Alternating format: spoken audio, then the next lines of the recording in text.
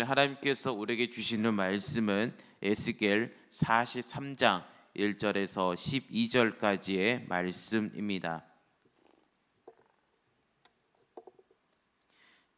다 함께 전체 선포 두 번 선포하겠습니다. 나는 용서받는 의입니다. 끝없는 주님의 은혜로 날마다 새롭게 일어납니다. 나는 용서받는 의입니다. 끝없는 주님의 은혜로 날마다 새롭게 일어납니다. 아멘. 우리가 자주 사용하는 스마트폰이 있습니다. 이 스마트폰이 갑자기 완전히 반전이 되면 우리는 아무것도 할 수가 없습니다. 전화도 할 수도 없고 문자도 할 수도 없고 하면은 그냥 까맣게 꺼진 스마트폰이 되어버립니다. 이 스마트폰이 없어진 것도 아닙니다. 망가진 것도 아닙니다.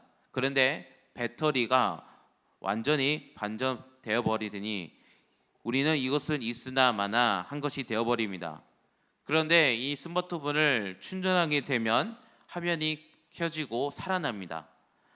우리 신앙도 이와 같습니다. 하나님과 연결이 끊어지면 겉으로는 멀쩡해 보여도 안에서부터는 조금씩 꺼져 나갑니다. 예배를 드리고 찬양 드리고 그리고 기도도 드리는데 전자 마음 안에는 아무것도 없는 것 같습니다. 그 자리에 세상 것들을 하나씩 채워 넣다 보면 어느새 하나님은 멀리 떠나가고 마음은 우리의 텅 빈 마음을 드러나게 됩니다. 오늘 본문이 바로 이 이야기를 하고 있습니다. 성전도 마찬가지였습니다. 아무리 웅장하고 다시 지어도 그 안에 하나님이 계시지 않으면 그냥 빈 건물일 뿐입니다. 오늘 무엇을 말씀하실지 오늘 말씀 통해서 함께 살펴보기를 소망합니다. 에스겔은 지금 환상 가운데 새로 지어진 성전을 보고 있습니다. 그 성전에는 문이 세 군데 있습니다. 동쪽, 북쪽, 남쪽 문이 있습니다. 그 중에서 동쪽 문이 정문입니다. 해가 동쪽으로 떠오르듯이 성전의 정문도 동쪽을 향하고 있습니다. 그런데 이 동쪽 문에는 특별한 사연이 있습니다. 에스겔 2장에서 하나님의 영광이 이스라엘 떠나실 때 바로 이 동쪽 방향으로 떠나가셨습니다. 신비로운 보좌, 눈이 가득한 바퀴들, 얼굴에 달린 생물들이 성전을 떠나 동쪽으로 사라져 갔습니다. 이스라엘 나라는 더 이상 하나님 아버지를 섬기지 않았기 때문에 벌어진 일들이었습니다. 성전은 무너지고 하나님의 임재가 떠나가고 백성은 포로로 끌려갔습니다. 그런데 오늘 본문은 1절에 이렇게 시작합니다. 1절 말씀을 다 함께 읽어보겠습니다. 그 후에 그가 나를 데리고 문에 이르니 곧 동쪽을 향한 문이니라. 아멘. 바로 그 떠나가시던 방향 동쪽에서 하나님의 영광이 다시 돌아오고 계신 것입니다. 그래서 2절 말씀에 이렇게 기록하고 있습니다. 2절 말씀입니다. 이스라엘 하나님의 영광이 동쪽에서부터 오는데 하나님의 음성이 많은 물소리 같고 땅은 그 영광으로 말미암아 빛나니. 아멘. 많은 물소리, 거대한 폭포가 쏟아진 것 같은 운정한 소리입니다. 하나님의 임재가 움직이실 때마다 나던 그 소리가 다시 들려옵니다. 그리고 그 땅이 그 영광이 빛이 납니다. 에스겔은 그 광경은 낯설지 않습니다. 그래서 3절에서 이렇게 고백합니다. 3절 말씀을 한번 읽어주시길 바랍니다. 시작.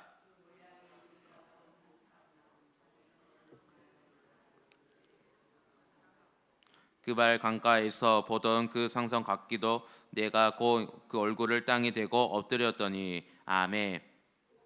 예루살렘이 멸망할 때 보았던 그 무서운 영광, 포로된 땅, 그 발 강가에서 보았던 그 바로 영광이 다시 나타난 것입니다. 그때는 심판의 영광이었습니다. 그런데 지금은 회복의 영광입니다.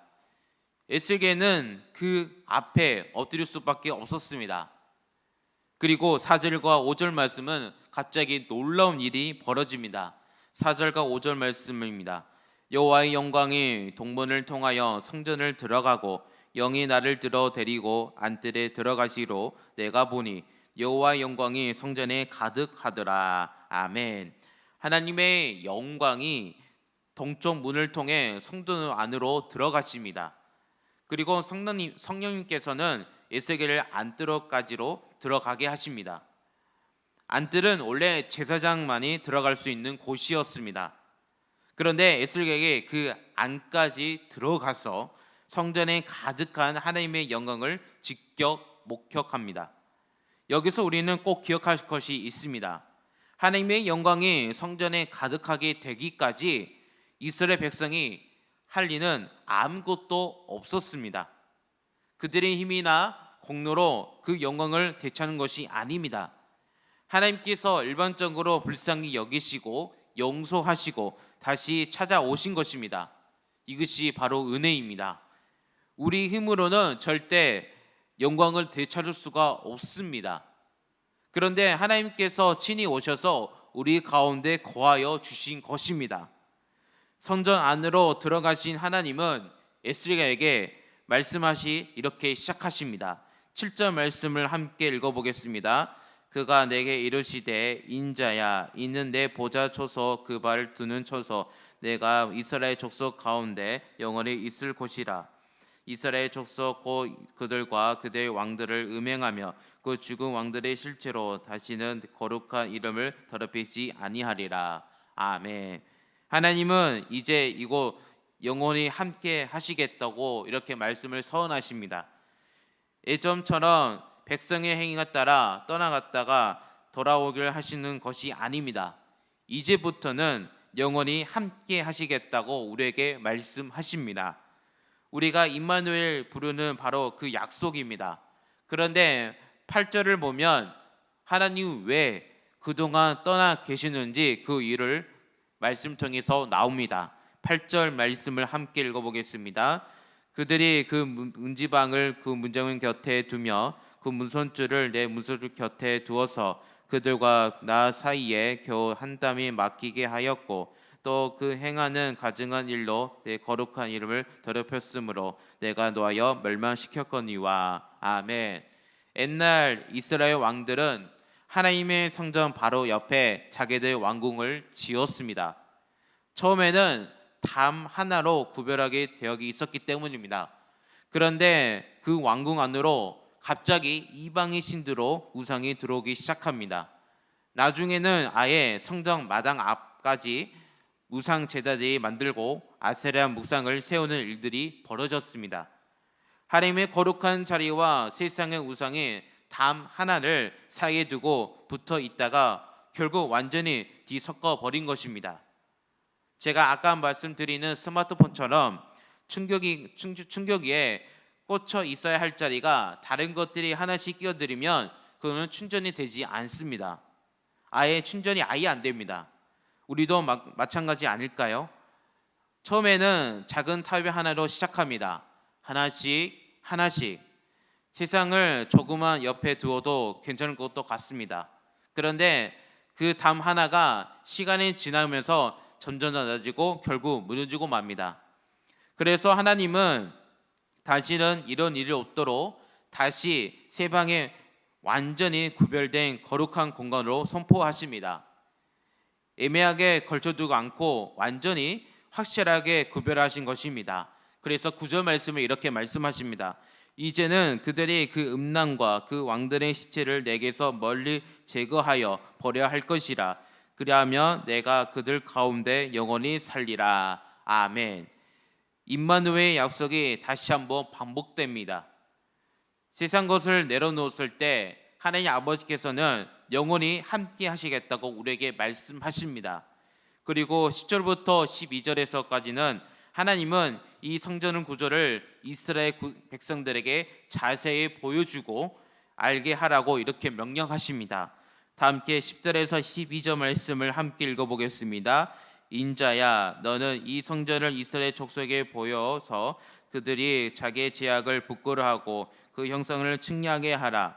만일 그들이 자기들을 행한 모든 일을 부끄러워하거든 너는 이 성전의 제도와 구조와 그 출입하는 곳과 그 모든 형상을 보이며 또 그 모든 규례와 그 모든 법도와 그 모든 율례를 알게 하고 그 목전에 그것을 써서 그대로 그 모든 법도와 그 모든 규례를 지켜 행하게 하라.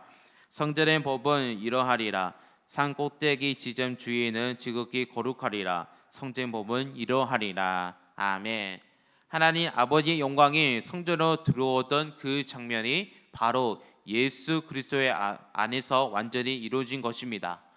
그리고 예수님의 십자가에서 돌아가신 그 순간 성전 휘장이 위에서 아래로 찢어집니다.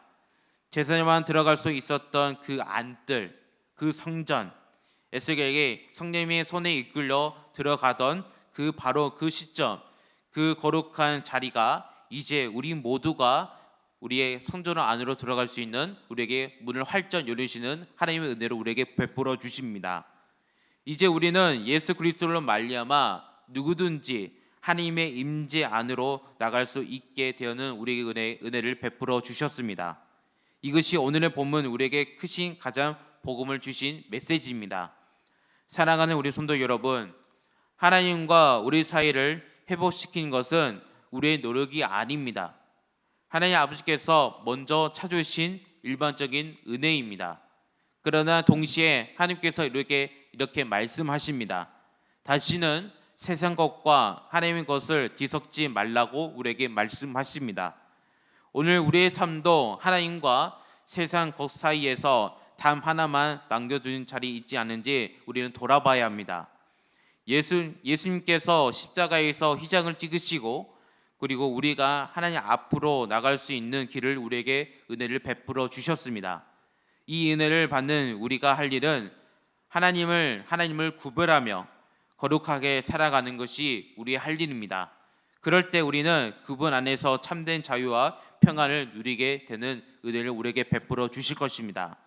오늘 이 말씀을 적용해서 실천하면서 하나님께 나가는 우리 손동 되시기를 간절히 소망합니다.